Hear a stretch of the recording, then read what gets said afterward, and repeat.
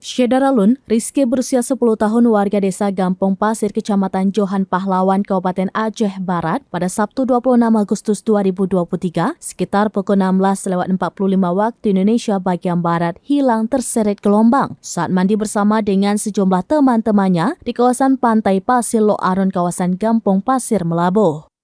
Warga yang mengetahui hilangnya anak tersebut langsung dilakukan pencarian dengan menyusuri pesisir pantai di kawasan tersebut yang dilakukan oleh masyarakat dan tim pencarian dari Badan Penanggulangan Bencana Daerah atau BPBD, Basarnas, RAPI, dan para nelayan.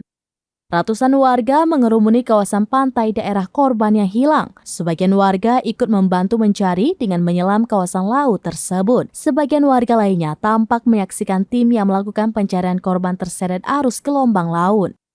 Kecik Gampong Pasir, Kecamatan Johan Pahlawan, Romi Saputra Jaya kepada Seraminus.com pada Sabtu 26 Agustus 2023 sore di lokasi mengatakan anak yang tenggelam ini merupakan salah satu anak dari para nelayan di desanya.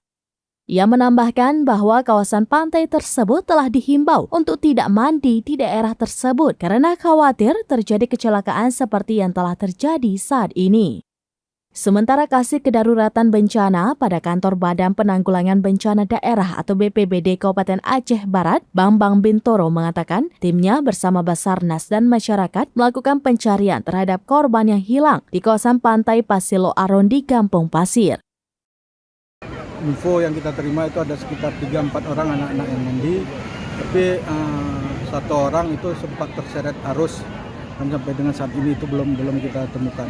Anak dari masyarakat pasir kita juga, saudara Haris. Mereka tadi mandi bersama 5 orang rekannya, yang 4 orang yang selamat, misalnya terseret arus itu, 1 orang sama Rizky tadi korbannya yang terseret ke arus gelombang. Dari Aceh Barat, Sa'dul Bahri, Seraminus.com.